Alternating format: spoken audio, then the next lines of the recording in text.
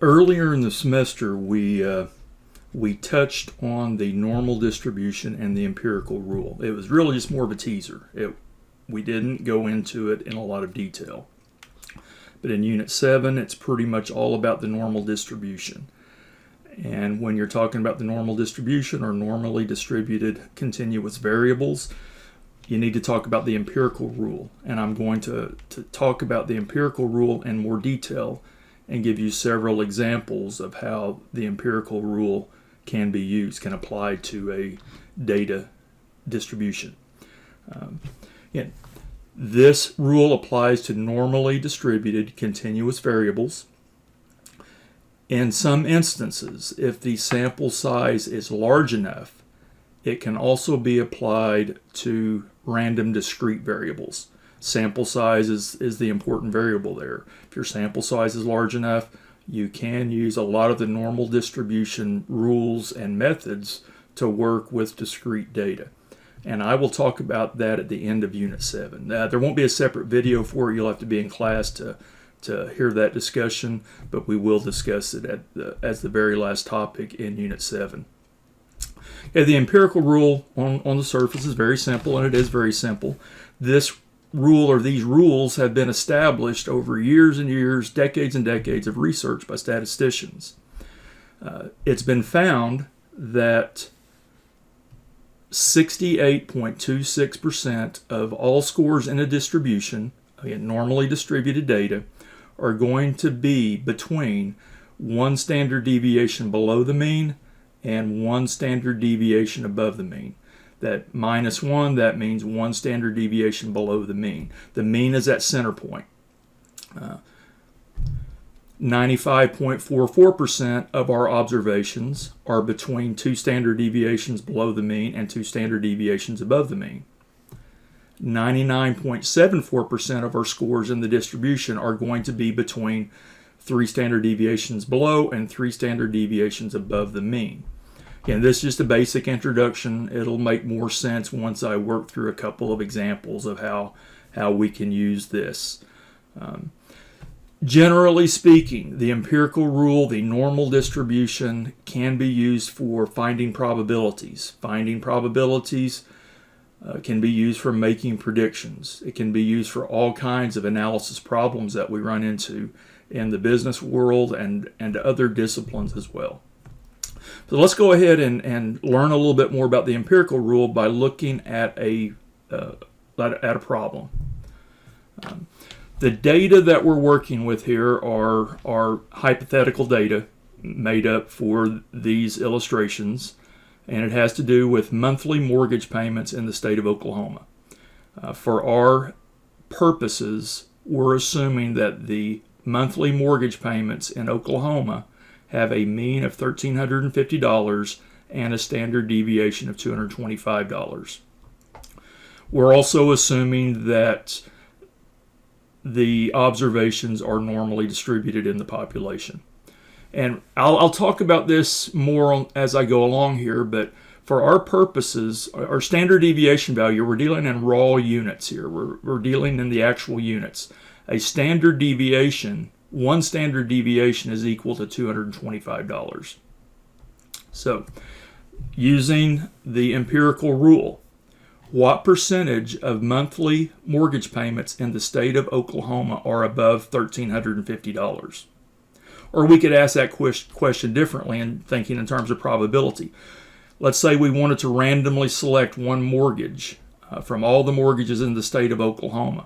What is the probability that we would select a mortgage with monthly payments above $1,350? According to the empirical rule, 50% of all observations in a normal distribution are above the mean. Our mean is $1,350. That's the midpoint. This is our mean. So based upon this knowledge about the empirical rule and normal distributions, the answer is 50%. It's all of this shaded area to the right of the mean. Also, let me mention here, let's take these values that we have on the screen and transform those to standard deviation units. This is minus 1 standard deviation. 2 standard deviations below the mean. 3 standard deviations below the mean. And usually 3 standard deviations on either side is all you really need, because the probabilities get so small once you get beyond 3 standard deviation above or below the mean. 1575 is 1 standard deviation above the mean. 1800, 2 standard deviations. 2025, 3 standard deviations above the mean. So let's look at another example. What percentage of monthly mortgage payments in the state of Oklahoma are less than $1,125? And there's several different ways you can do this, and I'm going to show you a couple of ways that you can do this. First thing you want to do is identify the part or the area under this normal curve that is below $1,125. Once you identify this area, we have the percentages, and this is the empirical rule broken down into specific sections of the normal curve. The 13.59% between 2 standard deviations and 1 standard deviation, 2.15% between 2 standard deviations and 3 standard deviations. And once you get beyond 3 standard deviations, there's only going to be about 13% of your observations that fall below 3 standard deviations. That goes back to what I said previously. It's very unlikely that you're going to have any values randomly selected that are beyond 3 standard deviations from the mean. But back to this problem. We've identified the area. We can simply add the percentages highlighted in this area to the left of 1125. When we do that, we find that 15.87% of our observations of our mortgages are going to have monthly payments less than $1,125. And also, we can put this in terms of probability. The chance of randomly selecting a mortgage with payments less than $1,125 is 15.87%, or 0.1587. Another way we can do this, same problem, same basic approach. Highlight the area of interest, add the percentages to the right of 1125, all of these percentages, then subtract that value from 100. So when we add up all of these values to the right, it comes out to 50 plus 34.13, or 84.13. Subtract that from 100, we find 15.87%. And really what we're doing here, notice I have 50 here. I don't have each of these values. Everything to the right of the mean, or everything on either side of the mean, everything beyond the mean dividing point is 50%. There's 50% above the mean, 50% below the mean. And we know there are 50% above the mean, so we just add the 50% to the 34.31%.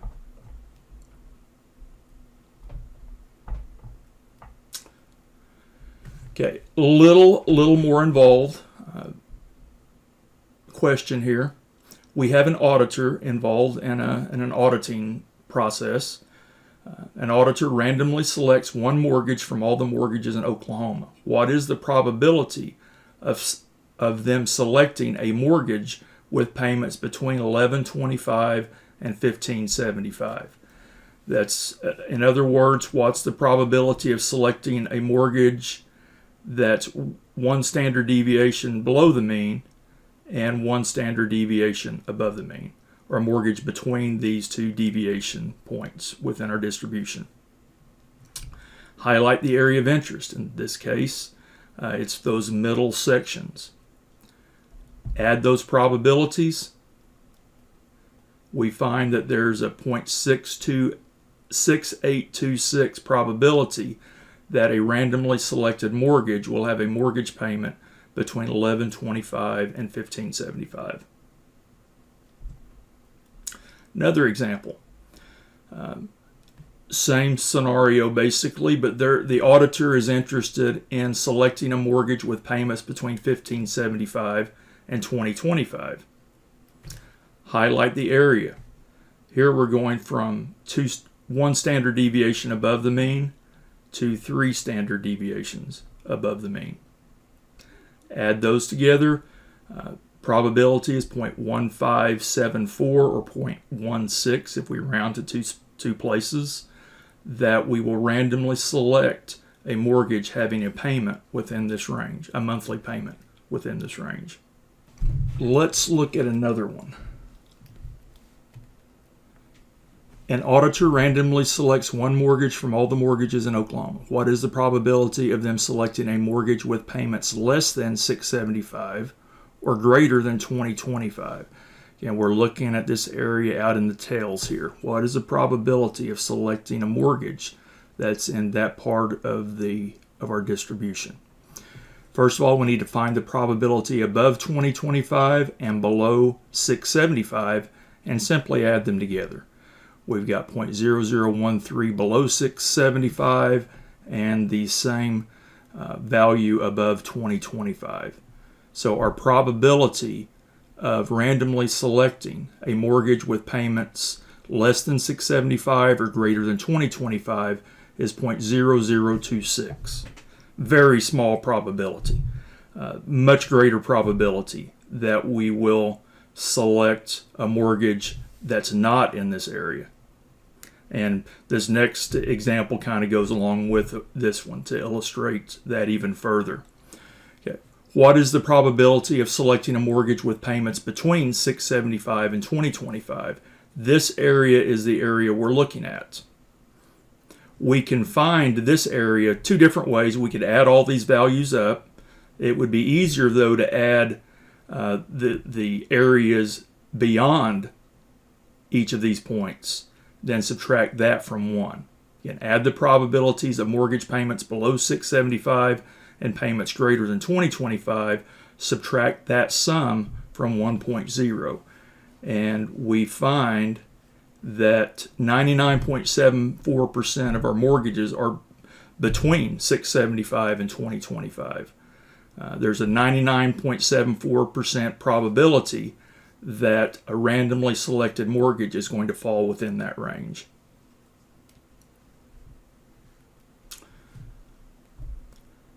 An auditor randomly selects one mortgage from all the mortgages in Oklahoma. It's getting monotonous.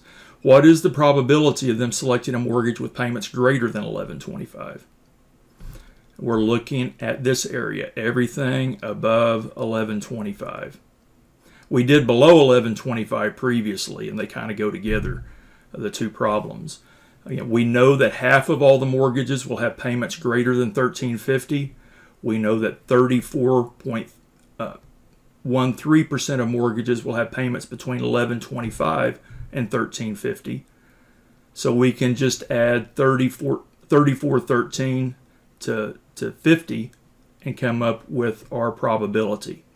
0.8413 that we will randomly select a mortgage that is greater, has a monthly payment greater than $1125. One more example, a little different. What is the probability of the auditor selecting a mortgage with payments between $943.50 and $1275.15? That's the area we're looking at. Can't just use our knowledge of the empirical rule for this one. I'm sorry to say. We're going to have to use a different approach because our values do not conform to whole number deviation points in our distribution. A couple of ways we could do it. We could use calculus to find that area, but nobody wants to do calculus if you don't have to. So what we're going to do is transform our values to z-scores and use the standard normal distribution to find this probability that we're looking at in this area.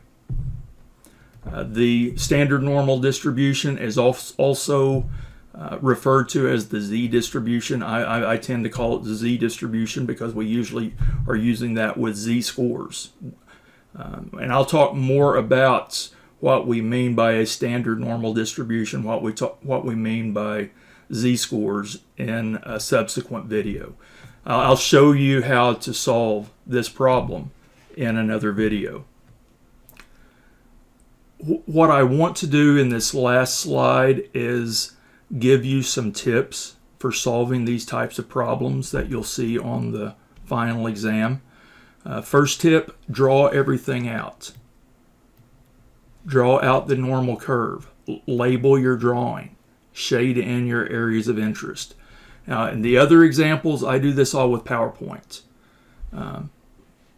What you want to do when you're doing this by hand is pretty much what I do in PowerPoint, but draw it out by hand. That's going to make it a lot easier to come up with the right solution for these types of problems. Some of you will probably try to shortcut it, and that's up to you, but I recommend not shortcutting it, taking a slow and deliberate approach, draw everything out, labeling everything. That's going to give you the best chance of coming up with the correct solution. And as always, let me know if you have any questions.